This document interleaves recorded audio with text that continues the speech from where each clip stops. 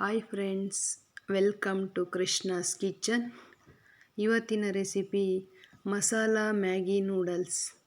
ಬೆಳಗಿನ ತಿಂಡಿಗೆ ಬೇಗನೆ 5 ನಿಮಿಷದಲ್ಲಿ ರೆಡಿಯಾಗುತ್ತೆ. ಇಷ್ಟಪಟ್ಟು ತಿಂತಾರೆ. ನಿಮ್ಮ ಮನೆಯಲ್ಲಿ ಮಕ್ಕಳು ಮಾಡಿಕೊಟ್ರೆ ಚೆನ್ನಾಗಿ ತಿಂತಾರೆ, ದೊಡ್ಡವರು ತಿನ್ಬೋದು. ಹಾಗೆ ಮಾಡುವ ವಿಧಾನ ನೋಡೋಣ. ಮಸಾಲ ಮ್ಯಾಗಿ ನೂಡಲ್ಸ್ನ ನೋಡಿ ಈ ಥರ ಎಲ್ಲ ಚೆನ್ನಾಗಿ ಮಾಡ್ತಾ ಇರ್ತೀವಿ.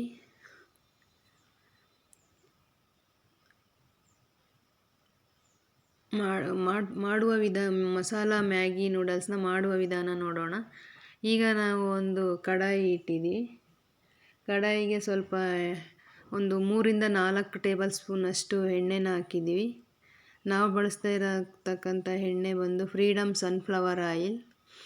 ನೋಡಿ, ಈಗ ಅದಕ್ಕೆ ನಾವು ಒಂದು ಈರುಳ್ಳಿ ಕಟ್ ಮಾಡಿ ಇಟ್ಕೊಂಡಿದ್ದೆ, ಒಂದು ಈರುಳ್ಳಿ, ಸ್ವಲ್ಪ ಕ್ಯಾರೆಟು ಮತ್ತು ಹಾಗೆ ಬೀನ್ಸು, ಸ್ವಲ್ಪ ಕ್ಯಾಪ್ಸಿಕಮ್, ಈ ಮೂರನ್ನು ಹಾಕ್ಬಿಟ್ಟು ಈ ಥರ ಎಣ್ಣೆಯಲ್ಲಿ ನೀಟಾಗಿ ಫ್ರೈ ಮಾಡ್ಕೋಬೇಕು. ಇದು ಚೆನ್ನಾಗಿ ಫ್ರೈ ಆಗಬೇಕು.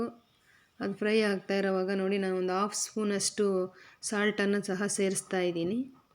ಇದು ತರಕಾರಿ ಜೊತೆ ಸ್ವಲ್ಪ ಚೆನ್ನಾಗಿ ಮಿಕ್ಸ್ ಆದರೆ ಚೆನ್ನಾಗಿರುತ್ತೆ ಅಂತೇಳ್ಬಿಟ್ಟು ಸಾಲ್ಟನ್ನು ಮಿಕ್ಸ್ ಮಾಡಿದ್ದೀವಿ. ಹಾಗೆ ಈ ಥರ ಮಿಕ್ಸ್ ಮಾಡ್ಕೊತಾ ಇರಬೇಕು ಒಂದು 2 ನಿಮಿಷ. ಮತ್ತು ಈಗ ನಾವು ಇದಕ್ಕೆ 1.5-2 ಗ್ಲಾಸ್ ಅಷ್ಟು ನೀರನ್ನು ಸೇರಿಸ್ತೀವಿ. ಎಣ್ಣೆಯಲ್ಲಿ ಚೆನ್ನಾಗಿ ಮಿಕ್ಸ್ ಮಾಡಿದ ತಕ್ಷಣ ಫ್ರೈ ಆಗ್ತಾ ಇರುತ್ತೆ. ಇದಕ್ಕೆ ನಾನೀಗ ಒಂದು ಟೊಮೆಟೊನ ಕಟ್ ಮಾಡಿ ಇಟ್ಕೊಂಡಿದ್ದೆ. ನೋಡಿ, ಒಂದು ಟೊಮೆಟೊನ ಹಾಕ್ಬಿಟ್ಟು ನೀಟಾಗಿ ಮಿಕ್ಸ್ ಮಾಡ್ಕೋಬೇಕು. ಟೊಮೆಟೊ ಹಸಿ ವಾಸನೆ ಹೋಗೋ ತನಕ ನೀಟಾಗಿ ಸ್ಮೆಲ್ಲೆಲ್ಲ ಹೋಗೋ ತನಕ ನೀಟಾಗಿ ಇದು ಮಾಡ್ಕೋಬೇಕು. ನೋಡಿ, ಈ ಥರ ಎಲ್ಲ ಫ್ರೈ ಮಾಡ್ಕೊತಾ ಇದ್ದೀವಿ.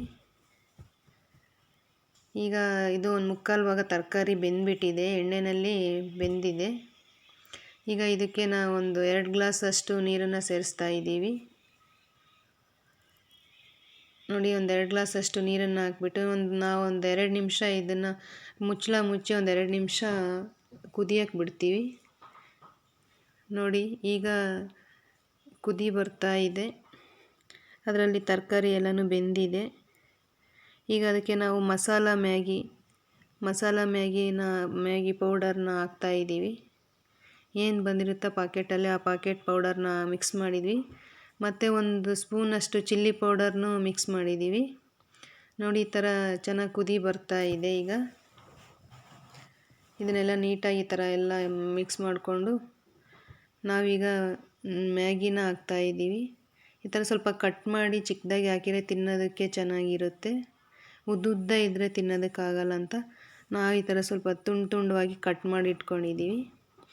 ನೋಡಿ, ಇದನ್ನು ಹಾಕಿದ್ದೀವಿ. ಈಗ ಒಂದು 5 ನಿಮಿಷ ಇದನ್ನು ಬೇಯೋದಕ್ಕೆ ಬಿಡಬೇಕು.